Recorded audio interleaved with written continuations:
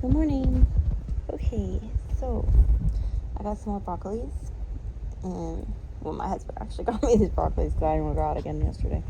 And this is looking good. I got to take these outer leaves off and feed them to the rabbits or eat them ourselves. I'm gonna take apart the last bed, put those broccolis in it because it's a netted bed, and then put that in there too. These are all of my Passiflora fluatita, the little cotton leaf, pink flower, hopefully, passion fruit vine. But we'll see. I gotta take those inside over the winter. I think outside they might be good, like if they had a time to establish like their roots in the ground, but they have not had that this year, so I don't think they will make it through the winter. So I'm gonna try and keep them alive through the winter. So wish me luck. Also gonna try and keep those, I think it's called Kelly Ray sweet potato vines alive through the winter. It gets rough in the grow room shelf unit thing through the winter, so I don't have a whole lot of faith, but happily my nasturtiums have come up. And both of these, they were already up in that one, right? That one. But they came up in these ones too. So I am gonna be so far into the beans. Like, look at all of these bean flowers. I'm gonna have so many beans. I'm not gonna know what to do with them. I don't know what's happening here.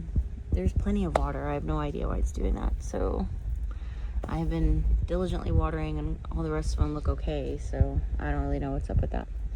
Anyway, these little mini Swiss chards, they're pretty cool. I mean, they're easy to harvest. You don't have these giant leaves you have to figure out what to do with. So I'm pretty excited to have those. I'm thrilled. Absolutely thrilled at all of the flowers, which means I'm gonna have all sorts of beans coming in. And I do have that's like a calendula seedling, I think. Ooh, look, that is very plump. Oh, come on. Okay, they're little. Like, this is pretty small. Usually there's about 4, but this one only has 2. But I'm excited because these peas are super sweet, and I'm about to eat these. And I have not had breakfast this morning. Got a little piece of fiber. That was really good. Okay. Let's see what else we can find today. It rained last night, so it's really wet. The squirrel dug up my little olive herb, is what I'll call it. It's really called Santolinia. I don't know. You guys can read the tag I just took a screenshot of, or took a picture. My little sedum's coming back. It was struggle busting this year, but it's coming back. It's a variegated sedum, and it's really pretty. It's got pink flowers. This is a germander. I've never grown that before, so I planted that. Pretty happy about that. Everything's looking like recovering from the the winter. Ooh, Lord, I gotta tuck you. Look at this. I had, sir, to tuck you in. Clearly, I did not cut that off like I meant to the other day. Oh, well, I'll get around to it. I've also been pulling out these wood sorrels. Like, don't get me wrong, wood sorrels aren't terribly bad. They're edible, but there's so much of them. I don't need all that growing everywhere. I did bring one of my blackberry bushes to my neighbor. I gotta bring the other one to the other neighbor today. That one is, I think, an offshoot. I'm gonna try and pot it up. We'll see if it works, right? This is interesting. I thought this Russian sage was pretty much dead, but it's putting on a flower, so we're gonna let it roll. These little guys, the Blackfoot daisies, are getting kind of like taken over by these sweet potato vines. I'm not too concerned because, like, literally in about a month, all of this is gonna freeze and die. Let's see. I have so many daylilies. I'm gonna thin these out in the spring because a friend of mine she's got like some property along the back fence. It's just weeds. She wants some color back there, so I'm like, well, look, I got some stuff. Gotta grow back there. Wow, look at this. So all of these shisos probably flowered. I was out of town for a few days, so my guess is they all flowered while I was out because I see no purple left. And just a bunch of seed heads. So these will dry out. These will make seeds. I'll let them go to seed and then cut them all down because I do like having some shiso every year. This deep purple skull cap It's really pretty. Like a really pretty color. That's some garlic. That looks like some betony, maybe. That is a wine cup. This is a really sad looking aster. Like, it's not dead, but it's really dry for some reason. I've been trying to water over here. Blackfoot daisies. I mean, I hope they're going to seed. So I don't see a ton of seeds in here. I don't know. I've never grown Blackfoot daisy from seed. I'm not really sure what it looks like. But I did see some bees. I mean, those look like seed heads. I saw some bees pollinating. Oh, wow, cool. What are you? What are you? What are you? I don't know what you are. You're interesting. Anyway, so I was watching some bees like pollinate these little guys, and then a lizard sprung out of nowhere and killed my little bee. And I was like, dude, traumatic. Like, I was just, oh, what a cute bee. And then there goes the lizard, being a lizard, eating everything. But this is my life. This is what I fight. Anyway, I pulled out all of the dead zinnias. The Mexican tarragon is in flower, and it's beautiful. And one of the few flowers that actually comes around in the fall. So I've been reading up on that. Like, I know it had a slight narcotic effect, but you can actually use it in food. And it's supposed to have that like licorice tarragon flavor. You can make a tea out of it, so that very slight narcotic effect is supposed to help calm you down, along with passion fruit vine, which helps you get sleepy. I don't know, I might have like the most magical sleepy time tea ever ingredients here. I might give that a shot. I may not be brave enough. We'll see. Okay. I love that my pond is in full,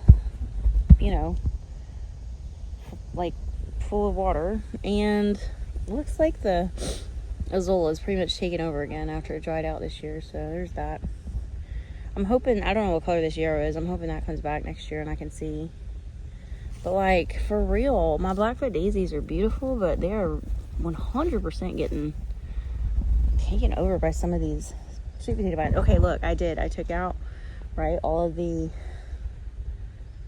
mist flower, and came over here. There's so many little of those onions. I grew these decorative onions that have like really dark pink, purpley flower heads.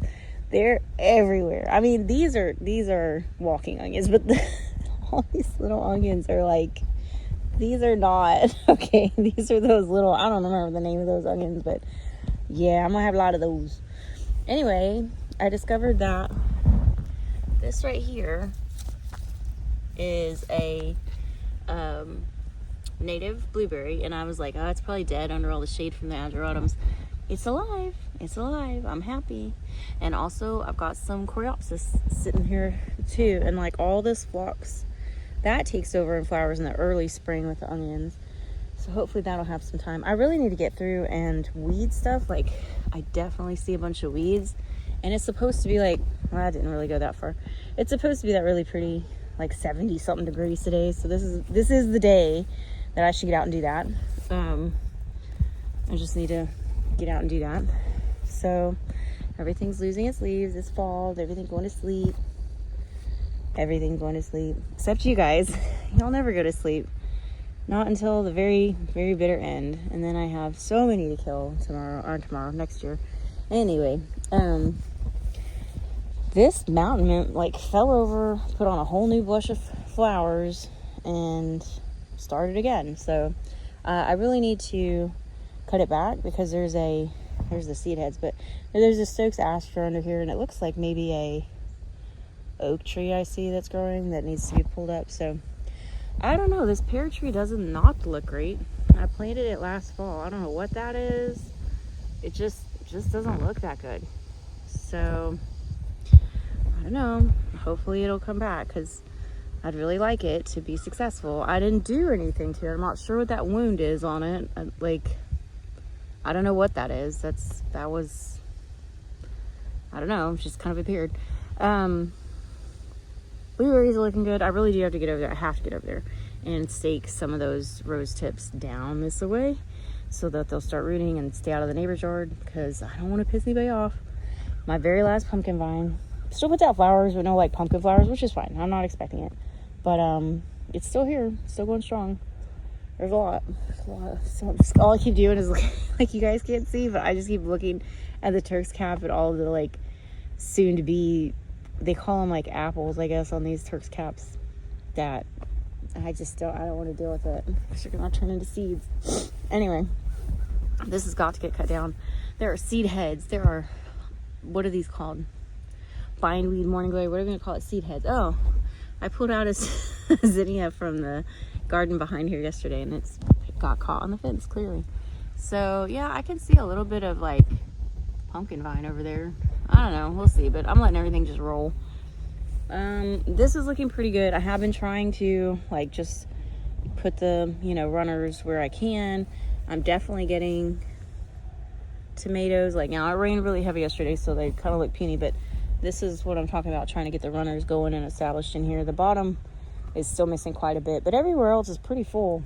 I need to cut this down all the way.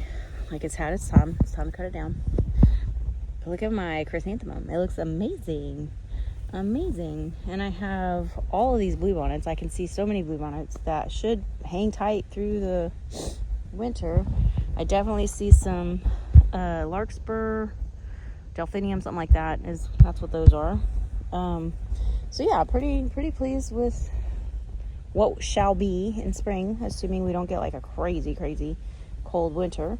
And I love to see this just clouds of chrysanthemum flowers, because the bees and the butterflies are all over them. So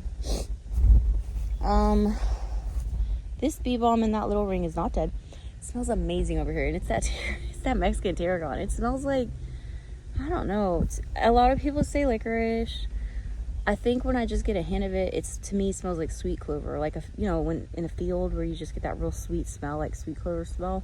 That's what it smells like to me. That's not what anybody else really sees. So anyway, that pinwheel is where my beauty berry's at. I could not be happier with how it's put out leaves, and I'm sure next year it will get bigger. We might even get berries next year. I cleaned out most of the ageratum, mistflower, whatever you want to call it, here. I left some of it. And then this guy looks like he's really struggle busting. I transplanted him, and he's got brown leaves, and I don't know, hopefully he'll be all right. So this native blueberry, I could see, has sent runners out to come up here under this flowering quince, and it actually looks like this flowering quince has like a flower on it. Oh, confused quince. It's been a bit of a year. I'm sorry. Please don't go into flower. Like, you're gonna be so upset. Okay.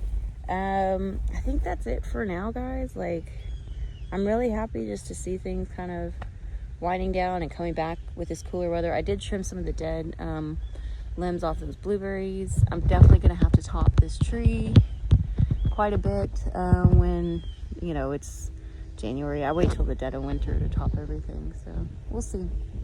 All right, that's it for the front yard.